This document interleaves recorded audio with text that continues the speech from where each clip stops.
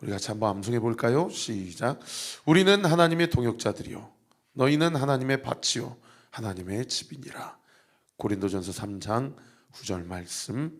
아멘. 자, 오늘 본문은 예레미야 29장 말씀인데요. 29장의 이 말씀은 예레미야가 이미 포로로 잡혀간 1차, 2차 그 바벨론 포로들을 향하여 예루살렘에서 편지를 써서 그들에게 하나님의 말씀을 전달했던 그 내용을 기록하고 있는 그런 본문입니다. 이 편지를 썼을 때의 시점이 어느 시점이었는지 오늘 본문 1절과 2절에 기록이 되어 있는데, 1절에 보시면 선지자 예레미야가 예루살렘에서 이 같은 편지를 느부갓네살이 예루살렘에서 바벨론으로 끌고 간 포로 중 남아있는 장로들과 제사장들과 선지자들과 모든 백성에게 보냈다. 그러니까 예레미야가 편지를 썼고 그가 편지를 썼던 장소는 예루살렘이고, 이 편지의 수신자들, 이 수신자들은 느부갓네살이 예루살렘에서 바벨론으로 끌고 간 포로들, 특별히 장로들, 제사장들, 선지자들, 그리고 모든 백성이 이 편지의 수신자다. 그리고 이 시점은 언제냐? 2절에 보시면 그때는 여고니아 왕과, 이 여고니아 왕은 어제 제가 설교했던 BC 597년에 2차로 끌려갈 때 그 당시 왕이었던 19번째 남유다 왕인 여호야킨 왕을 이야기한다라고 제가 말씀을 드렸습니다. 이때가 BC 597년이라고 말씀드렸고요. 이 여고니아 왕과 왕후와 궁중 내시들과, 2절 보세요. 유다와 예루살렘의 고관들과 기능공과 토공들이 예루살렘에서 떠난 후였다. 그러니까 BC 597년에 2차로 포로로 잡혀간 이후에 이 예레미야가 예루살렘에서 1차, 2차 포로자들에게 예루살렘에서 편지를 썼던 그런 시점, 그리고 발신자가 누구였는지, 수신자가 누구였는지를 기록하고 있는 내용이 1절과 2절의 내용이에요. 그리고 3절에는 이 편지를 전달한 전달자, 우편 배달부가 누구냐라고 3절에 기록되어 있는데, 3절에 보시면 유다의 왕 시드기야가 바벨론으로 보내어 바벨론 왕 느부갓네살에게로 가게 한 사반의 아들 엘리사 동그라미, 그리고 hil기야의 아들 그마랴 동그라미 편으로 이 두 사람에게 부탁을 해서, 항상 이렇게 하나님이 하시는 일들은 두 사람을 보내요. 한 사람만 보내면 얼마든지 조작할 수 있고 사실관계가 왜곡될 수 있기 때문에 이 두 사람을 보내는데, 여러분, 그런 조작과 왜곡의 위험성이 있더라도 여러분, 이 두 사람을 보낸 것은 예레미야가 그 당시 예루살렘 성 안에서 예레미야에 대해서, 그리고 예레미야의 사역에 대해서 친화적이었습니까? 아니면 상당히 적대적이었습니까? 적대적이었잖아요. 그래서 죽여버리려고 그랬는데, 그러니까 이 예레미야 이 편지를 바벨론의 포로로 잡혀간 사람들에게 이거를 전달했다라는 것은, 오늘 본문의 이 우편 배달부인 엘리사와 그마랴는 하나님의 사람들이라고 추정해 볼 수 있고, 이 예루살렘에서 바벨론 수도까지는 적어도 1600km 이상, 한 2달 내지 석 달은 걸리는 그런 길이거든요. 그것도 목숨 걸고 가야 됩니다.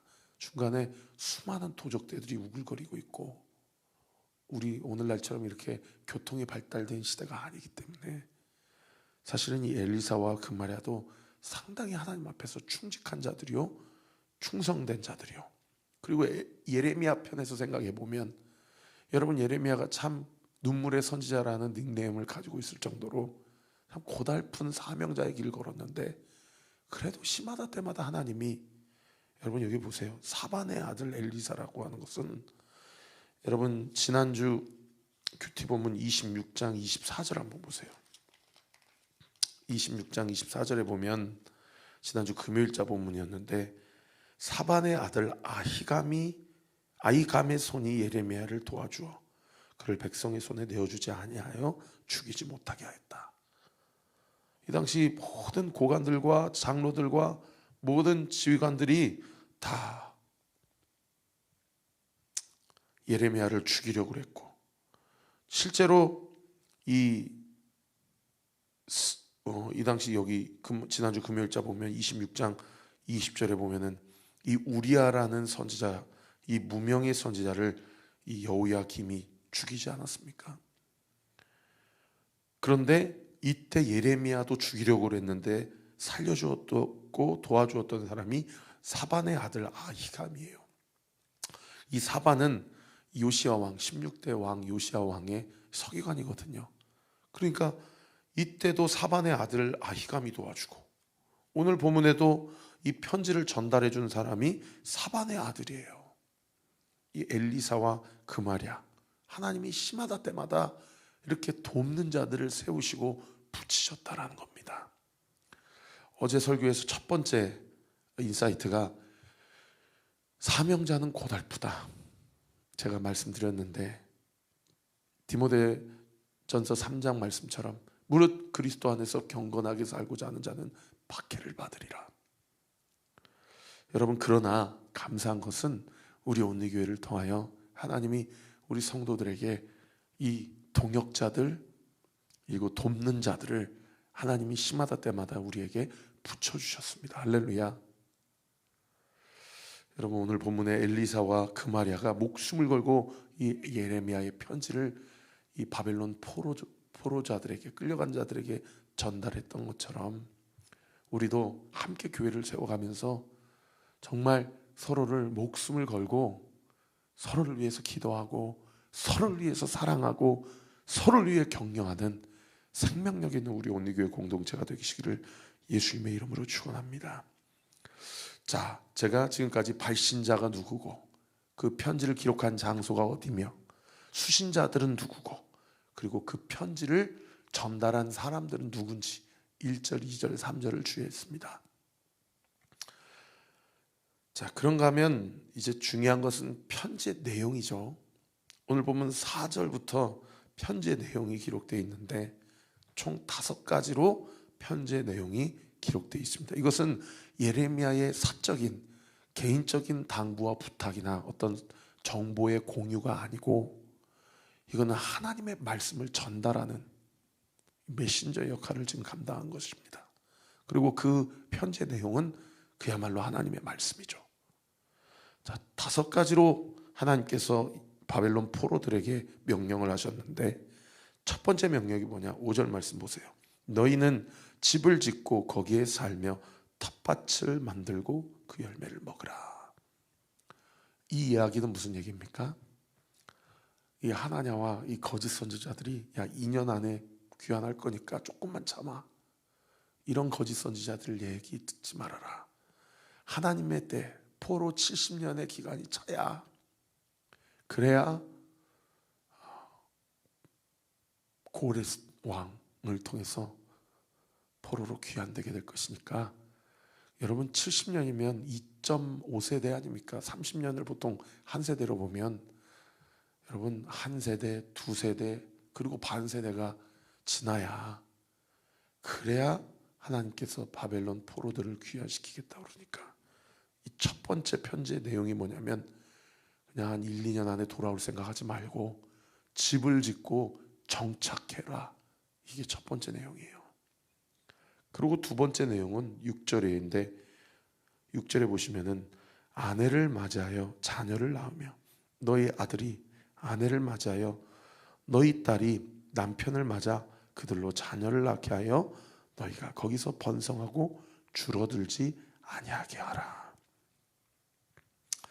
자, 첫 번째 내용이 집을 짓고 살라라는 얘기, 정착하라는 얘기였다면, 두 번째 내용은 거기서 결혼하되 유대인들끼리, 믿는 자들끼리 서로 생육하고 번성하고 1세대, 2세대, 3세대까지 그렇게 가정을 이루라고 이야기하는 것입니다.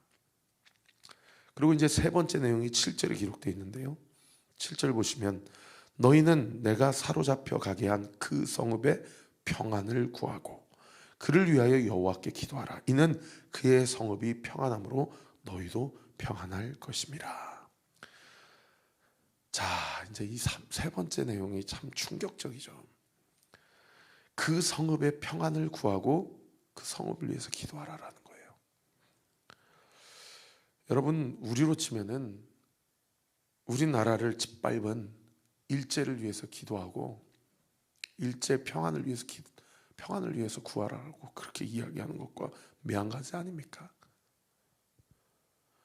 7절 말씀 다시 보세요. 너희는 내가 사로잡혀 가게 한 그 성읍의 평안을 구해라. 그러니까 육적인 눈으로 보면 바벨론과 느부갓네살이 얼마나 믿겠어요. 그죠? 근데 영적인 눈으로 보면 하나님이 그들을 쓰셔서 우리를 치셨다는 거예요. 그러니까 그들 미워할 필요가 없다는 거예요. 우리의 죄 때문이라는 거예요.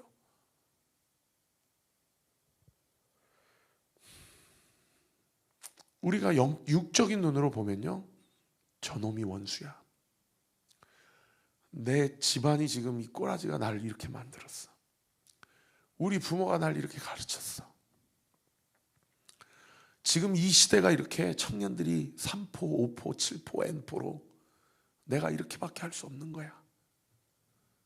여러분, 육적인 눈으로 보면 다 정당성과 당위성을 찾고 부모를 원망하고 가정을 원망하고 시대를 원망하며 살아가요. 그런데 여러분, 그것은 하나님 앞에서 핑계와 변명입니다. 우리가 우리의 죄를 볼 줄 알아야 돼요. 하나님은 악도 들어서 쓰신다고 하지 않습니까? 내가 하나님 앞에 지금 상황을 핑계대고 환경을 변명할 것이 아니라 내가 지금 하나님 앞에서 나의 죄를 보고 내 안에 그렇게 하나님이 선지자들을 보내주시고 예언자들을 보내주시고 예배 가운데 말씀으로 나를 흔들어 깨워주시고 그렇게 내 마음 가운데 하나님의 음성을 들려주셔도 내가 회개하지 못하고 내가 돌이키지 못한 죄가 무엇일까? 그러니까 그렇게 사사시대부터 왕정시대, 분열왕국시대 세상의 북이스라엘 왕 19명, 남유다 왕 20왕 중에 하나님 뜻에 합한 왕을 찾아보기가 손가락 안에 꼽아요. 그러니까 결국에 하나님이 이 바벨론 느부갓네살이라는 이 도구를 통해서 하나님의 백성을 치신 거예요. 우리도 마찬가지예요.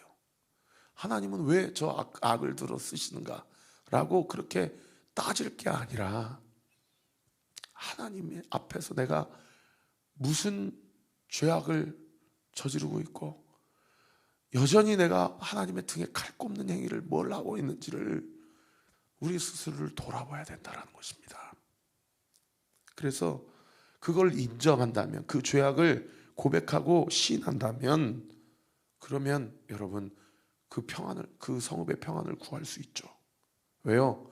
다윗이 자기의 원수 갚는 것을 자기가 하지 않고 하나님께 내어 맡겼던 것처럼 저 바벨론과 느부갓네살 이 문명 또한 하나님이 치리하실 것이다, 심판하실 것이다 라고 믿는다면 이 세 번째 내용의 하나님의 명령 앞에 순종할 수 있게 되는 것이죠. 사랑하는 성도 여러분, 상황 변명하지 마십시다. 내 배경을 탓하지 마십시다. 부모 원망하지 맙시다. 우리 하나님 앞에 우리의 죄를 봅시다. 그리고 하나님 앞에 철저히 회개합시다. 돌이킵시다. 하나님의 말씀 앞에 순종합시다. 그 한 사람을 통해서 여러분 그 가정이 살아나고 그 교회가 살아나는, 그리고 이 나라의 민족이 주 앞에서 온전히 세워지는 놀라운 은혜의 역사가 있게 되기를 예수님의 이름으로 축원합니다. 그 다음에 이제 네 번째 내용이 8절에 기록되어 있는데요, 8절 보시면은 만군의 여호와 이스라엘의 하나님께서 이와 같이 말씀하시느니라.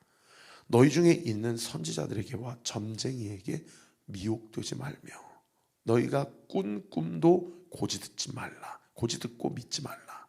내가 그들을 보내지 아니하였어도 그들이 내 이름으로 거짓을 예언함이라 여호와의 말씀이니라. 이 네 번째 하나님의 명령은 미혹되지 말라라는 것입니다.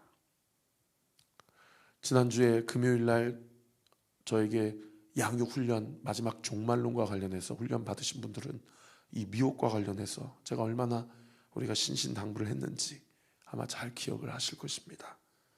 여러분, 이 시대도 마찬가지예요. 여러분, 오늘 본문 8절 중반절에 보세요. 너희 중에 있는 선지자들에게와 점쟁이에게 미혹되지 말라. 그러니까 미혹이란 단어에도 우리가 주목해야 되지만 선지자들과 이 거짓 예언자들이, 점쟁이들이 있는데 이 사람들이 어디에 있대요? 너희 중에 있대요. 여러분, 우리 안에 이 거짓 예언자들, 이 미혹자들이 얼마든지 있을 수 있다라는 거예요. 우리 교회도 얼마든지 이단 사이비 사상으로 이렇게 침투할 수 있고요. 우리 주변에도 미혹당하는 자들이 얼마든지 있을 수 있다라는 겁니다. 그 사람들이 하는 얘기가 뭐예요? 야, 정착하지 마. 금방 돌아갈 거야. 하나님 살아계셔. 자꾸 이렇게 하나님이 하신 말씀이 아닌 자기 귀에 듣고 싶어하는 말, 자기 생각에 옳은 말, 부추기는 말, 그래서 공동체를 분열시키고 목회자를 공격하고 세워진 리더십들을 불신하게 하는 그런 악한 말이 우리 공동체 안에도 얼마든지 있을 수 있는 거 아닙니까?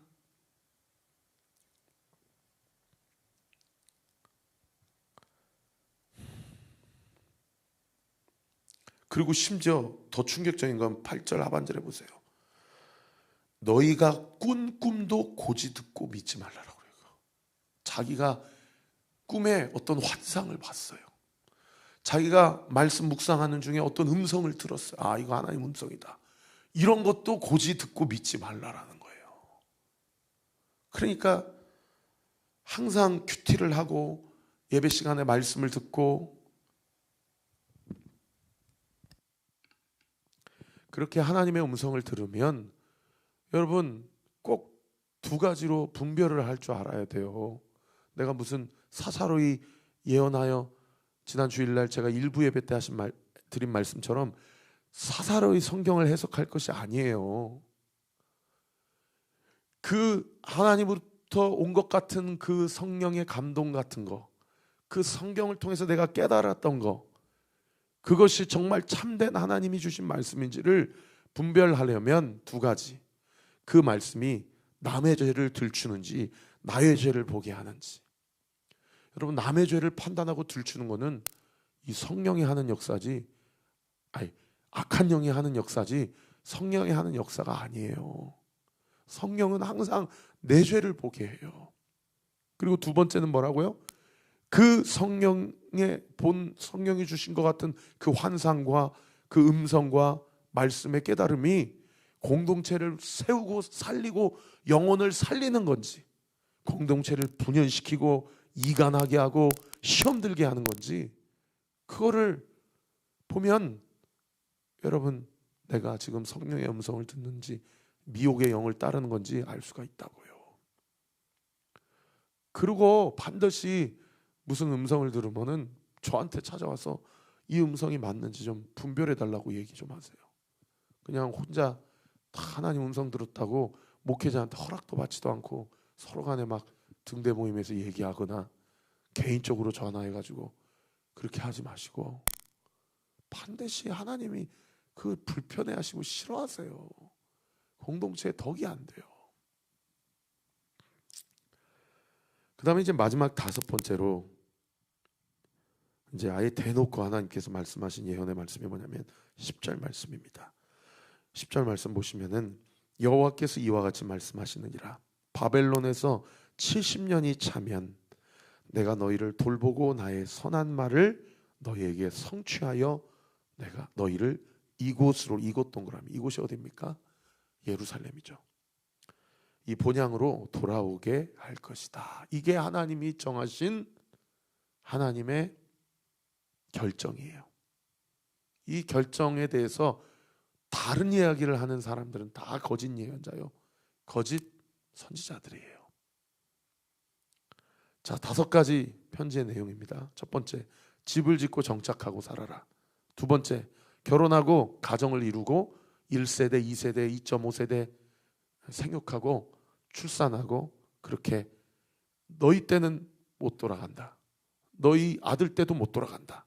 너희 손자 때 돌아갈 것이다. 세 번째, 불편하더라도 내 섭리와 내 주권을 인정하고 바벨론의 평안을 위해 기도해라. 네 번째, 너희 중에 있는 거짓 예언자들, 점쟁이들 미혹당하지 말아라. 그들의 말을 믿지 말아라. 다섯 번째, 70년이 차야, 오늘 본문에 고레스 왕이란 그 실명은 언급되어 있지 않지만 70년이 차면 내가 바벨론 멸망시키고 페르시아라는 제국을 건설해서 그 시루스라고 하죠. 세계사 시간에 키루스라고도 하고, 그리고 고레스 사이루스라고 하는 그 왕을 통해서 내가 너희를 돌아오게 할 것이다. 여기까지가 다섯 번째 내용입니다. 다섯 가지 내용입니다. 자, 오늘 말씀을 정리하면서 첫 번째 3절 말씀에 엘라사 동그라미 그마리아 동그라미. 여러분, 하나님의 말씀을 청종하는 자들에게 하나님이 심하다 때마다 돕는 자들을 붙여주십니다. 아멘. 두 번째, 하나님의 주권과 섭리를 인정하고 하나님의 생각에 내 생각을 맞춰야지, 내 생각에 하나님 생각을 맞춰달라고 하는 기도와 간구는 응답도 안 됩니다. 들어주시지도 않아요.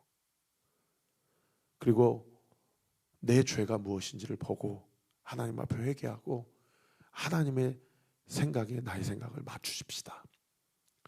그리고 우리 주변에 얼마든지 있을 수 있는 이 미혹의 영들, 이 거짓 선지자들, 그리고 내 안에도 얼마든지 말씀을 사사로이 해석할 수 있고 자기중심적으로 해석하고 깨달을 수 있는 죄성이 있다는 사실도 우리가 인정할 줄 알아야 돼요. 그리고 반드시 하나님의 말씀은 나의 죄를 보게 하는 것이지 남의 죄를 들추는 것이 아니다.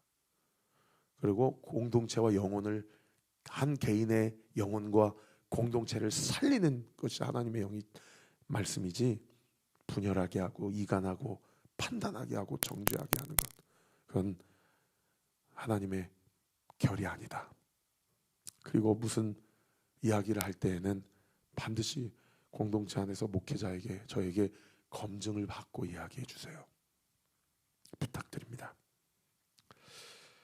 자, 그러고 이제 말씀을 마치면 좋은데 오늘 너무 중요한 말씀이 있습니다. 여러분 11절, 12절, 13절 별 3개 당구장 표시 한번 쳐주세요. 너무 유명한 말씀이고 마음에 들지 않아도 결국 큰 틀에서 보면 하나님의 마음을 알 수 있는, 하나님의 본심을 알 수 있는 그런 구절이에요. 이 11절, 12절, 13절은 여러분 암송하셔도 좋습니다. 생각날 때마다 이렇게 기도할 시간마다 아마 성령께서 떠오르게 하실 거예요.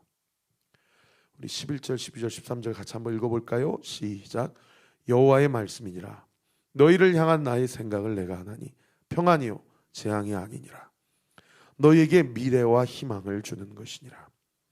너희가 내게 부르짖으며 내게 와서 기도하면 내가 너희들의 기도를 들을 것이요 너희가 온 마음으로 나를 구하면 나를 찾을 것이요 나를 만나리라.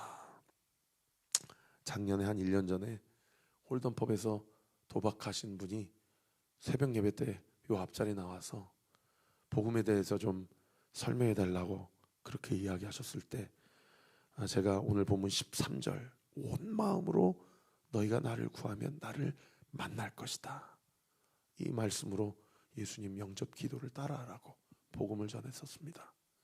그 후로 그분을 이 건물에서 만날 수가 없어요. 그 후로 홀던펍에 오신 적이 없으셔요.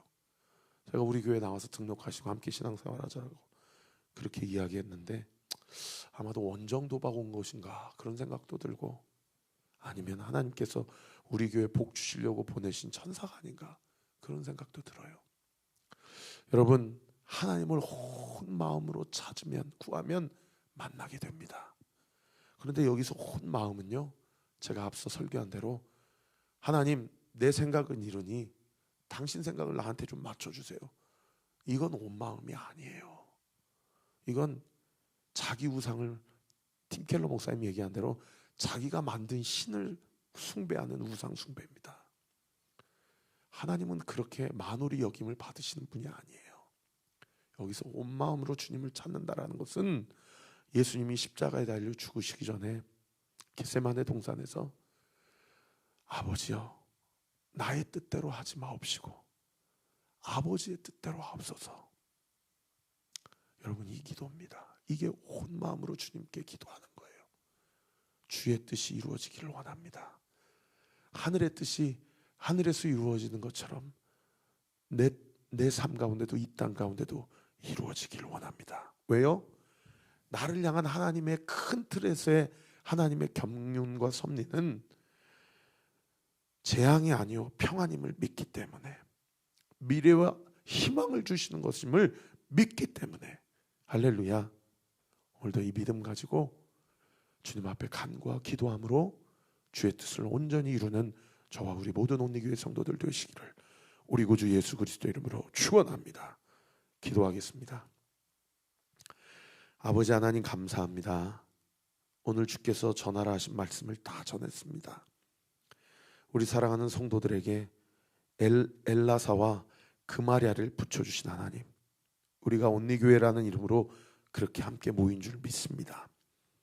아버지, 때로는 하나님께서 이해되지 않는 원수의 평안을 위해서도 기도하라고 말씀하신다라는 것, 우리가 하나님의 섭리와 하나님의 주권을 인정하고 그런 기도까지도 할 수 있는 믿음의 분량과 그 수준을 우리에게 허락하여 주옵소서. 우리 중에 그 어떤 누구도 미혹당하지 않게 하여 주시고, 하나님이 나를 위한 하나님의 생각은 재앙이 아니요 평안이요 생명과 미래와 희망을 주시는 것임을 믿고, 우리가 온 마음으로 주님을 찾고 주님 앞에 간구하는 저와 우리 모든 온리교회 성도들 되게 하여 주시옵소서. 이 새벽에 주님 앞에 간구하는 모든 기도가 예수의 이름으로 응답될 지어다, 응답될 지어다, 응답되게 될 지어다 믿고 감사드리며 살아계신 예수 그리스도의 이름으로 기도하옵나이다. 아멘. 지금은 우리 구주 예수 그리스도의 은혜와 하나님의 사랑과 성령 하나님의 위로 교통 충만하심이 주신 말씀 붙잡고 오늘도 주 안에서 승리하며 주와 동행하며 주님이 주시는 힘으로 하나님의 뜻을 온전히 이루기로 결단하는 우리 사랑하는 온리교회 모든 성도들 머리머리 위에 지금으로부터 영원토록